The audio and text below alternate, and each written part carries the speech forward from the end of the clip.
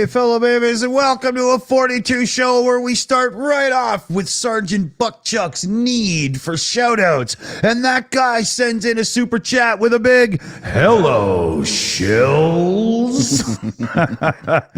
Hey, that guy. Hey, everybody. How's it going? Hope you're all doing well out there. Look. There's a fish tank behind me. Oh, it's over there. Goddamn mirror thing. I know where it is on my shoulder, but when I look, I always do that. But yeah, it's not got anything in it yet. It's still cycling and stuff. But you know, soon enough. Yeah. We'll get a raccoon in it soon. Hey, that's what I should have done. It's got a cage.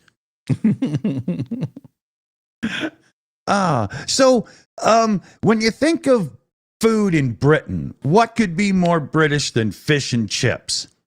Yes, but watch out, everybody. There's a new Cold War coming, or should we say a Cod War? Because British fish and chips are under threat from Putin, who wants to tear up a historic fishing agreement in the UK. The tyrant is planning to ban our boats from key cod and haddock fishing grounds off the Russian coast by axing the long-standing Barents Street... I'll get it right. Barents Sea deal. Yeah. Putin's agricultural minister has already submitted draft legislation to boot us out. Up to 40% of our cod and haddock comes from Russia and its territories. If the law is approved, which looks likely, it will be a major blow to UK fish supplies and prices could rocket again. Wow. Yes. Yeah, the cost of a chippy tea has already priced many hard-up Brits out of the treat, which used to be enjoyed up and down the country at least once a week. A portion of cod and chips now costs just over £11 on average, 12 quid at our local. It's definitely higher priced over here commodity for sure compared to previous and whatnot, but I mean, for you guys, tourism and whatnot, you got to have fish and chips. Holy God, right? Oh, the tourists won't care. They'll pay anything. They're too dumb.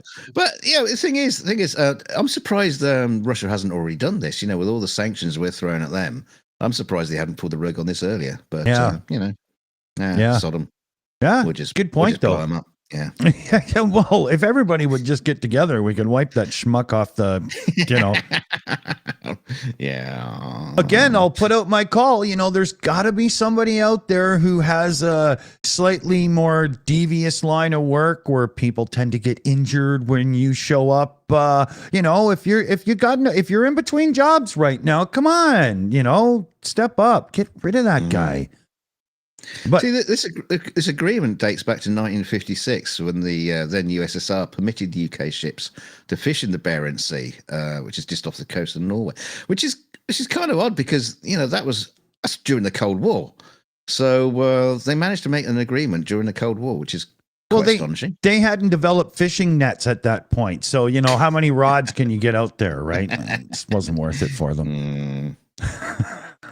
Yes. Yeah. So, get this.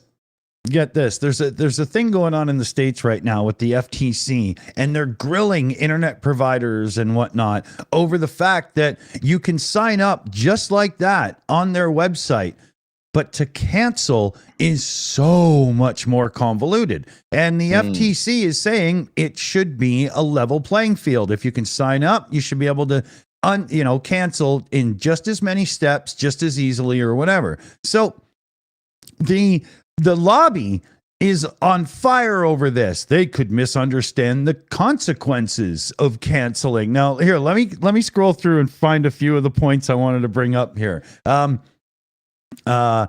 Federal Trade Commission Linda Kahn said, changes are needed because businesses too often trick consumers into paying for subscriptions they no longer want or didn't sign up for in the first place. So a consumer may easily misunderstand the consequences of canceling is one of the rebuttals. It may be imperative that they learn about better options. Imperative to who? There's a miscommunication with these people. It gets worse and worse. So, for an example, a customer may face difficulty and unintended consequences if they want to cancel only one service in the package. Well, not if it comes up in a thing. Here's your services. Which one would you like to cancel? How hard could that be? Right.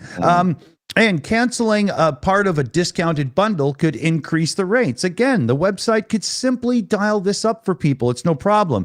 But we get into a thing. Powell, the person on the side of the lobby, said that cable company reps can usually talk customers out of canceling. Out of millions of cancellations, complaints received by the NCTA members amount to only a tiny fraction of 1%. 3 out of 4 cable and broadband customers who call to cancel end up retaining some or all services after speaking with an agent, after getting a whole bunch of free crap on their bill for a while, and then they have to pay for it later. This is so dishonest, it's not funny, right? But then it gets worse. Where is it? This could the cost of complying could be up to $100 million just for U.S. cable companies, including retraining employees, maintaining records for longer than current. That's another thing. Cable companies will have to raise their prices. Blah blah blah. Right, but here's the sign up and cancel evenly part. But sellers should also have to obtain customer consent before they pitch additional offers, modifications when a customer tries to cancel. So you should, instead of it being forced down your throat and you have to keep saying no, they should be able to ask once, can I offer you some differences in your services? No. Oh, okay. Well, let's go on with the cancel, right? But where is it? Another idiot from the lobby says, argued the rule will burden businesses and restrict innovation without any corresponding benefit. As the technology develops, these prescriptive requirements will constrain companies from being able to adapt their offerings to the needs of the customer. Being a jerk company and somebody wanting to leave and going to another place means that you've already failed at that. So, I mean, what are you bitching about now, right? Yeah. Right. So then they come down here. The FTC figured it would cost more like $4 million to do this change and stuff, and said that, that works out to be the cost of doing business for your call centers and stuff anyway. It's no big deal. Powell argues in another part here, the proposal shouldn't apply to the cable industry. The ominously labeled negative option feature, this is merely a plan that continues until customers cancel. They love these things because you can get locked into a small payment that you don't see all the time in your bank thing. And before you know it, you paid for a year for something that you weren't even using. These guys love this stuff and they're arguing to keep it, right?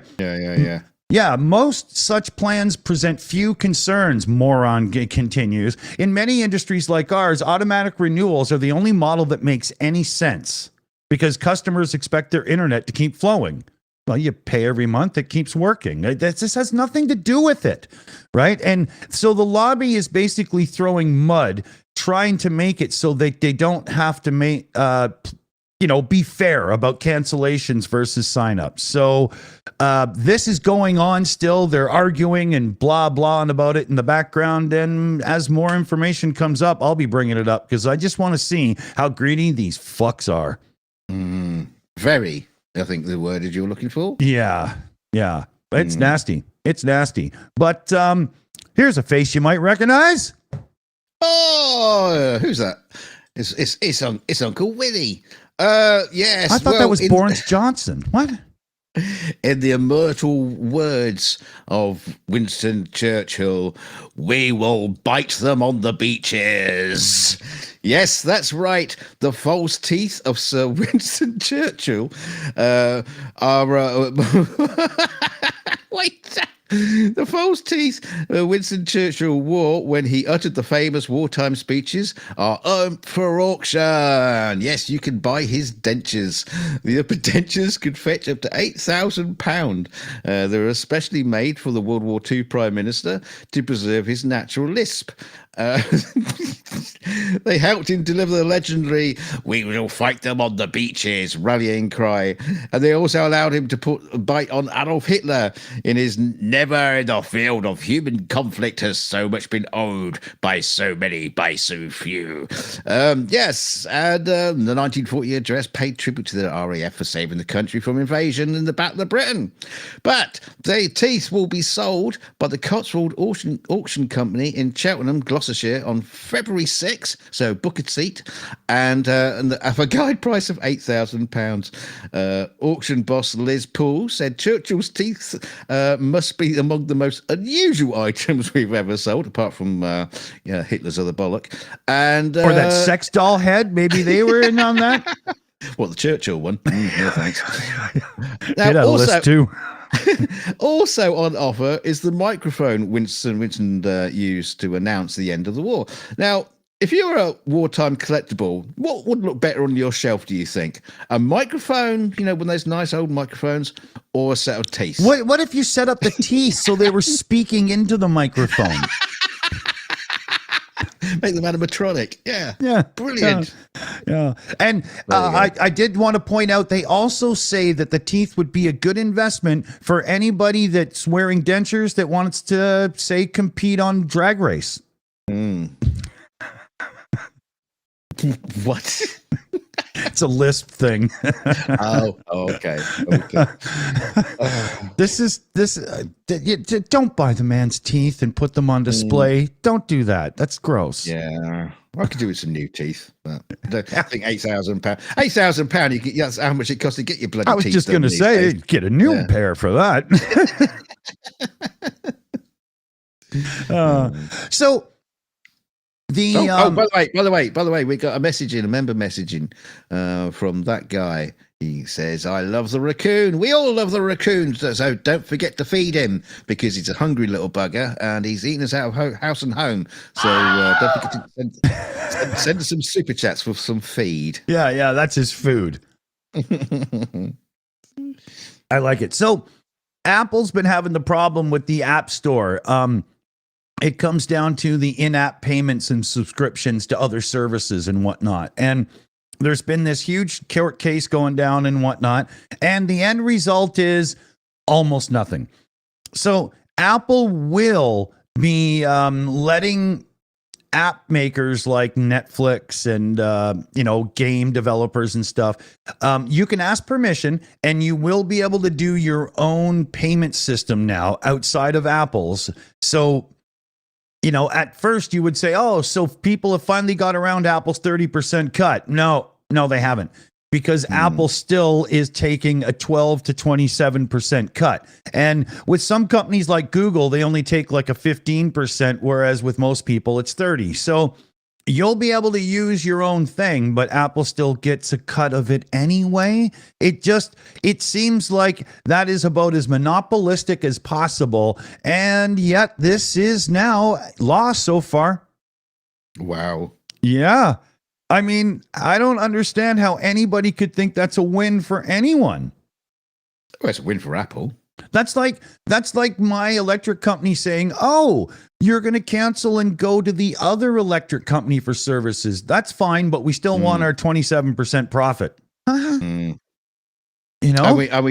And we notice your next door neighbor is using quite a lot of electricity, which is on the same wiring system as you. So we're going to charge you for it. Yeah, it's unbelievable. And as consumers, this sucks for us because all it means is everything is more expensive because there's too many people that want to cut. So the pie has to be bigger. It's not a win. It sucks. And there was a lot of money spent in court arguing about this. This is a big, long, drawn-out thing. And the end result was nada. Nothing. Zilch. Not good. Yeah, that's just not good enough. It's not. It sucks. And I do believe those app stores are very monopoly. monopolizing. Yeah. Jesus Christ. I get the argument for security. If supposedly because it's on Apple Store, it's secure because it's been vetted by Apple. Google says the same thing.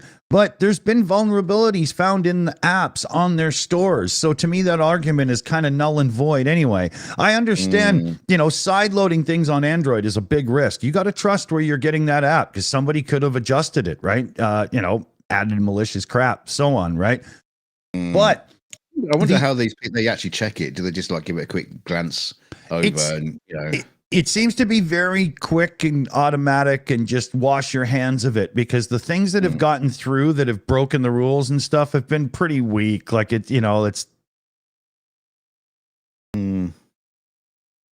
So, yeah, I mean, I get the argument about safety and stuff, but I do believe that it's oversold, just like how the cloud is sold as safe and then they all get hacked. So. Yeah.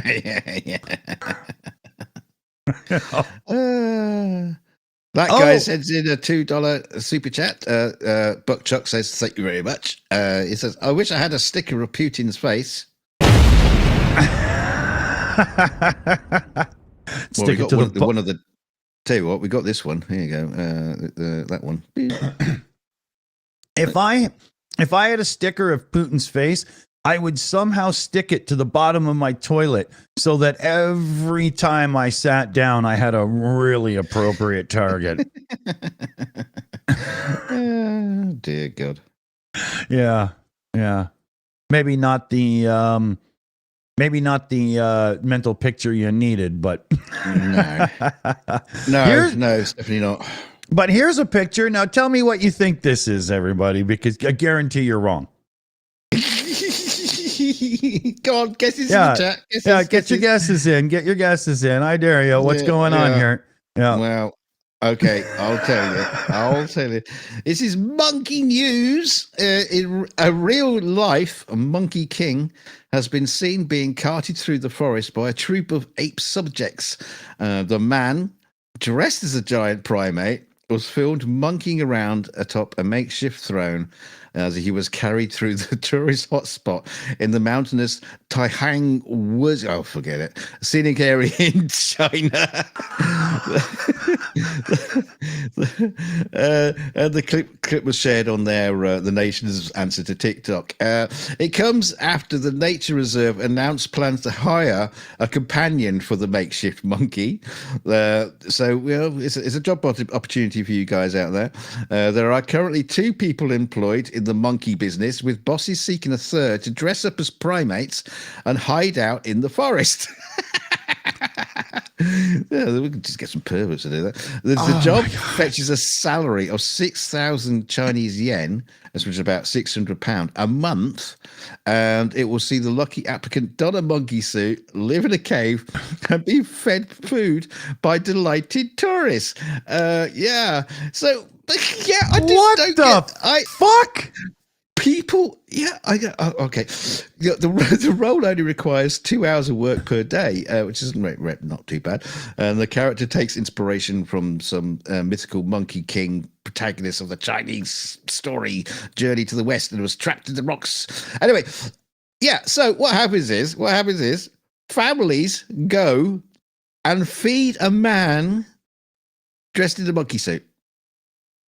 So what a day out for the kids. Yeah, it is recommended that successful applicants have their own legal protection. I mean,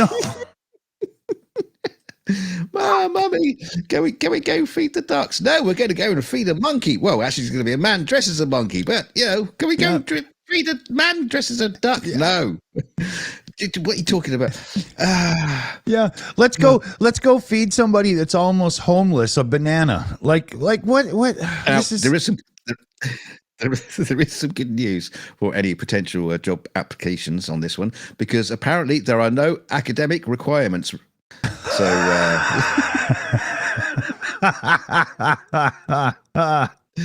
that's funny. Yeah. Can you tie your own shoes? Well, you won't be wearing any. Don't worry about it.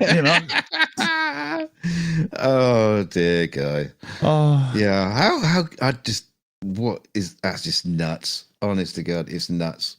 that's crazy. If I went to a zoo and saw a dude in a suit sitting there doing, hey, buddy, can I have a banana? I would just, No more bananas. No more bananas. Exactly. See, China seems to have like a record of doing this kind of crap. Having people dressed up in outfits in zoos, or dogs pretending to be polar bears or whatever.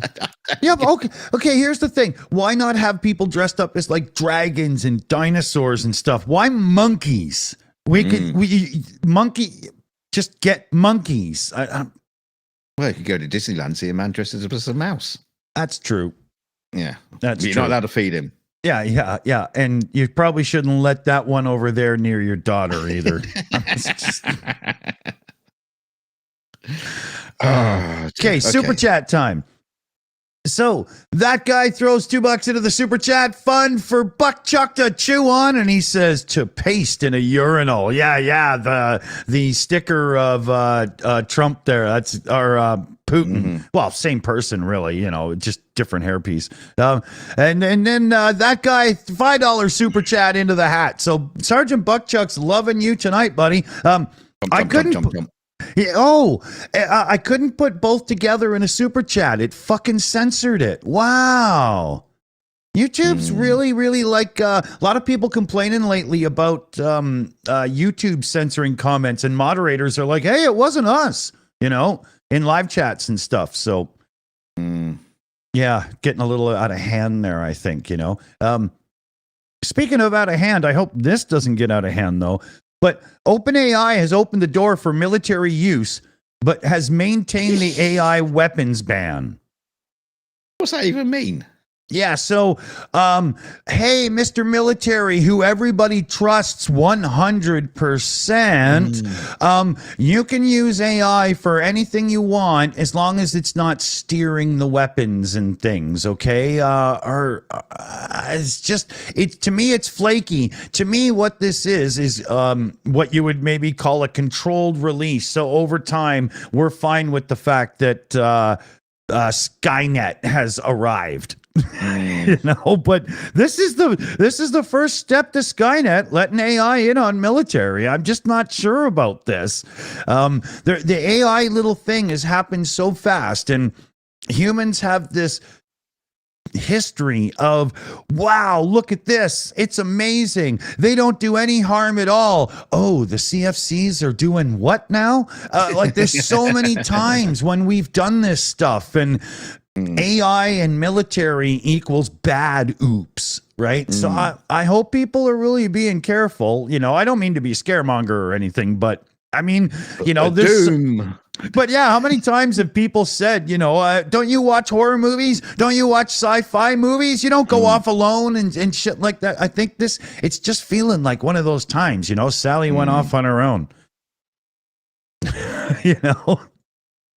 And maybe they're just putting Chat GPT into like rifles, and you can have a little chit chat with your rifle. And yeah. Well, as an AI model, I'm not limited to answer that question, whether or not I should shoot that Rusky or not. Yeah. Do you always need to go for the headshot? Let's examine the approach. Yeah, I mean, I hope they don't get Facebook. Oh, look, Sally's having a hot dog for lunch, or Now, this looks like it's the result of what could happen if AI runs amok, but it's funnier than that. It's a crappy town. And a particularly crap town was deemed so poor in quality, the whole area was scrapped before anyone even had a chance to move in. Brand new housing in Darwin Green, Cambridgeshire, was bulldozed. That might be for the best, as residents set to move in noted a number of deep cracks, and they feared their properties could collapse at any moment. Oh my God.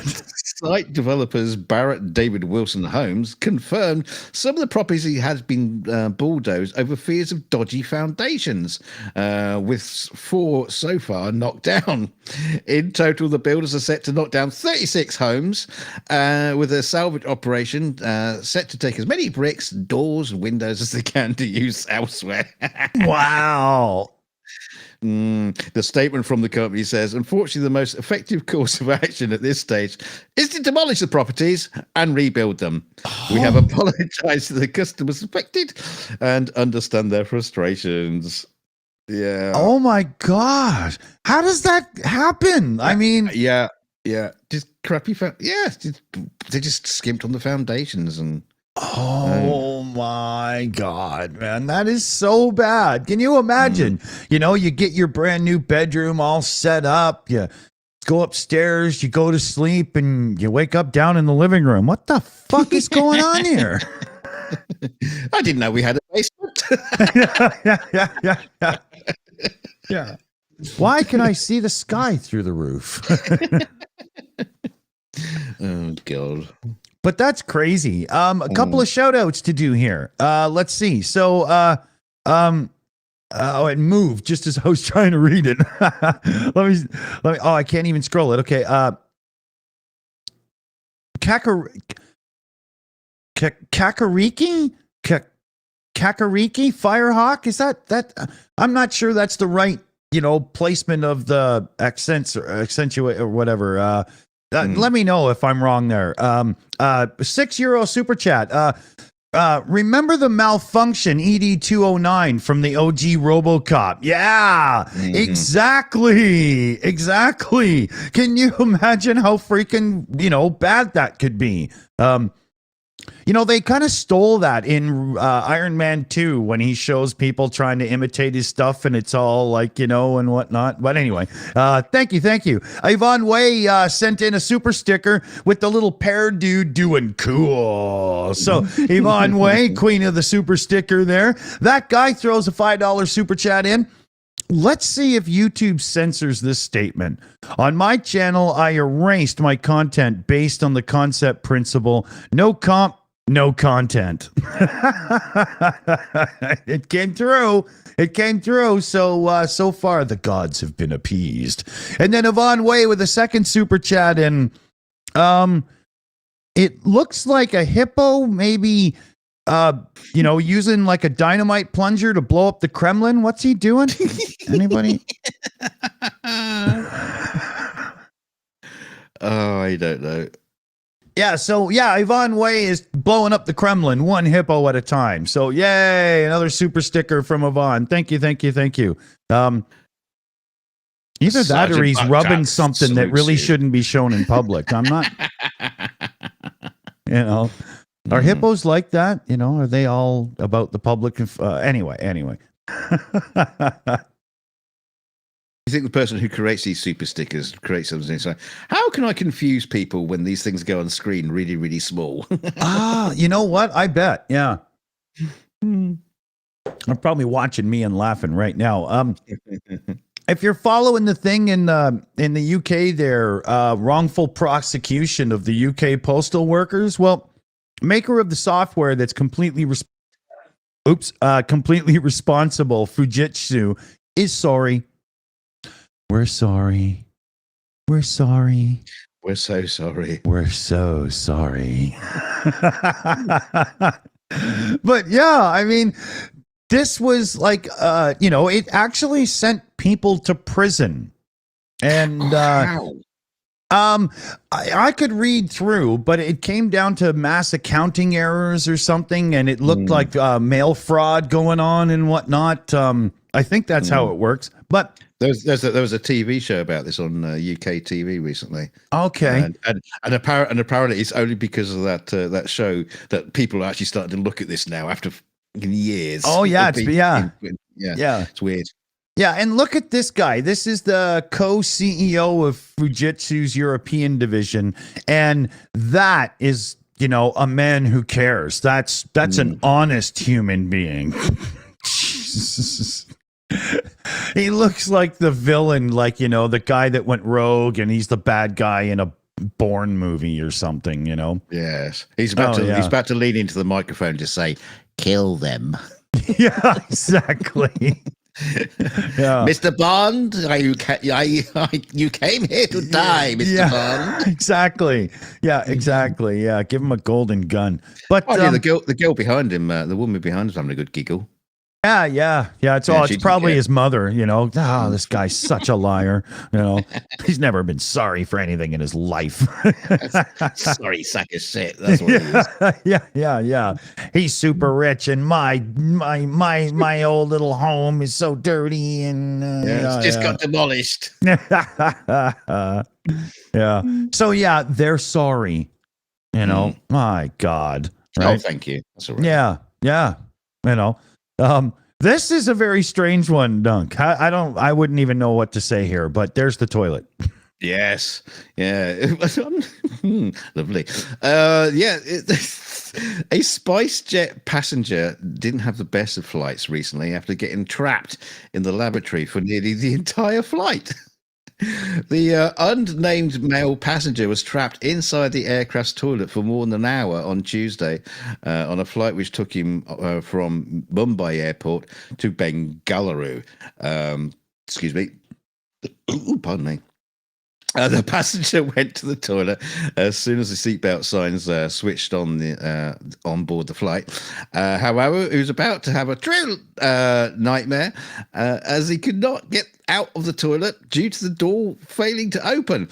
It's about time the airplane started to have doors that didn't fucking fly off at a moment's notice. True. But anyway, that's true. But this is taking it too far. Yeah. The crew and many others on board tried to free the passenger from the toilet, but nothing seemed to work.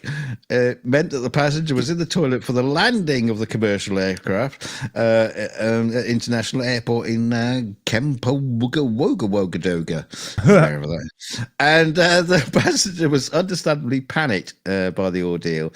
So flight attendants on board slid a note under the door in an attempt to reassure the passenger. The note said, "Sir, we tried our best to open the door. However, we could not. Do not panic. We are landing in a few minutes, so please close the commode lid and sit on it and secure yourself. As soon as the main door is open, an engineer will come. Do not panic. Do not panic. Close the lid on the... He's probably shitting himself more than he did before he went in. Yeah, but if he's shitting himself, there's no excuse for making a mess in your pants. You're in the bathroom. Yeah. You know? Yeah, don't tell him to sit on it. Just open it up and just let it flow. Yeah. God. You know, you said it's Spice Airlines, so like the Spice Girls have their own airline? SpiceJet, yeah, could be. Weird. Is that like Jerry Halliwell comes out and gives you a drink? Oh God, no! The plane never take off. She was on board. After the man was freed from the toilet captive, he received immediate medical support. For what? I don't know. Probably extreme shitting of himself. Yeah. I feel more sorry for the other passengers on the plane. The entire flight and the bathroom is clogged. What if some sorry ass sack of whatever had like way too much Taco Bell before getting on the flight, and his flatulent ass is just letting it go, and he can't get in the bathroom. It was probably worse for everybody else. Well, anyway, since the passenger story made worldwide headlines, the airline has issued him with a full refund. Oh, lucky you! Yeah, SpiceJet regrets and apologizes. We're sorry for the inconvenience caused to the passenger. SpiceJet said in a statement that the passenger is being provided a full refund. Do it again. Is anybody else sitting here doing "If you want to be my pilot"? It's just killing me. Here's a piece of positive news that's good, especially for vets in the States there. Payments to veterans are beginning in a $6 billion earplug settlement. For combat troops, they were given these earplugs. Oh yeah, you'll be fine. Didn't work.